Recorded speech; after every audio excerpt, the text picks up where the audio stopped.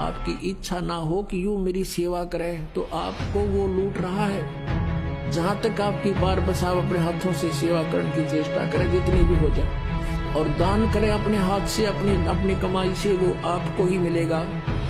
तो कहते हैं जब तक माता पिता के अधीन है बच्चे तब तक वो दान करते हैं, तो भले ही वो माता पिता का ही है, लेकिन जिसने दान अपने निमित्त से किया है उसी को फल मिलता है। विदुर कहे ये बंधु थारा, एक कुल एक परिवारा।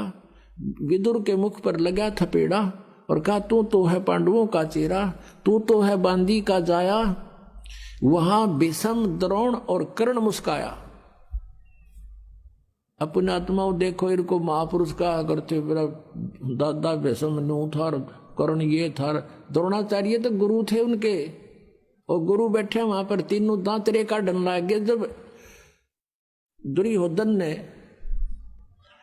अपने चाचा के थप्पड़ मारा और जब ये कहा कि तू तो बांदी का पुत्र है और तू तो इनका चमचा है, गुलाम है तू, उस समय कहते हैं तू तो है बांदी का जाया। ये कहा जब भीष्म, द्रोण और कर्ण मुस्काया, हंसन लग गए वह तीनों, जबकि खड़ा हो जाना चाहिए था। निकम्मे, अपने चाचा का नहीं हाथ कर दिया तो उन्हें शर्म नहीं आई? खबरदार जैसी, और उनका दो धराओं धड़ा के और छुटवा देती उस बेटी को, जा बेटा अपने घर ने। तो वो दांदरे काटे। ये महापुरुष थे, ये था हमारा महाभारत जिसने पढ़ पढ़ के आज तक हम बहरे हो गए। ये कथाएं थी इसके अंदर। तो वहां रोल देखो एक महापुरुष का। ये होते हैं सभा के अंदर जो पंच होने चाहिए, अपनी सच्ची बात कहे, कोई धमकावे चाहे मारो छोड़ो, फिर उठ कर चला जाओ। उधर उठ कर चला गया, ठीक है, अभी इतनी उसकी सामर्थ्य था, उतना कह दिया उसने। अब बात आई गई हुई। अब कुछ दिनों के बाद श्री कृष्ण आए। श्री कृष्ण से बताया द्रौपदी ने कि भगवान आपने बड़ी इज्जत रखी, मैंने आपको याद किया, क्योंकि गुरु को याद किया जाता है, और आपने मेरी इज्जत रख दी। और कृष्ण जी को पता भी को नहीं क्या हो गया, कहानी हुआ। राम के श्री कृष्ण ने साड़ी बढ़ा दी, तो फिर बताई गई सारी बातें कि ऐसे ऐसे हुआ था, ऐसे ऐसे हुआ था, और आपने ऐसी दुआ करी, साड़ी इतना ढेर लग गया, साड़ी खत्म नहीं हुई। अब भगवान श्री कृष्ण पिछले जन्म का भी साधक था और उनकी भी दिव्य दृष्टि काम करे थी। अपनी दिव्य दृष्टि से श्री कृष्ण ने देखा कि ओहो। तो द्रौपदी ने पूछा कि गुरुवर मुझे किस पुण्य का फल मिला ये? तब श्री कृष्ण ने अपनी दूरबीन से देखा, दिव्य दृष्टि से देखा, उसके प्रारब्ध में झांक के। ये तो आम आदमी देख लेते थे, पहले इतनी अच्छी आत्मा होती थी। जैसे कहते हैं धृतराष्ट्र ने, ऐसे कोई कथा फिर बताएंगे, प्रसंग बदल जाएगा। तो अब उसने देखा कि द्रौपदी तूने एक अंधे महात्मा को एक साड़ी का टुकड़ा पाड़ के दिया था, और उस अंधे को दिया हुआ दान तेरा यूं फल गया, उसका प्रतिफल है ये। तब उसको याद आया को तेरे की अपने आत्माओं, देखो बात कहां से ध्यान देना।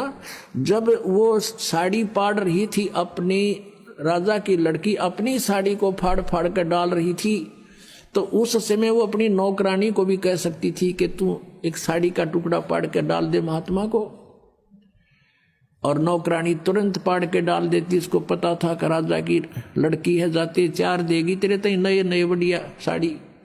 लेकिन नहीं, इतना ज्ञान दिया जाता था बच्चों को कि मैं दो रोटी खाऊंगा मेरा पेट भरेगा, मैं दान करूंगी तो मुझे मिलेगा, उसको इतना भी मालूम था। तो इसको कहते हैं लूट सके तो लूट ले, राम नाम की लूट। अब जैसे आप यहां सेवा करते हो, आपकी इच्छा ना हो कि यूं मेरी सेवा करे तो आपको वो लूट रहा है।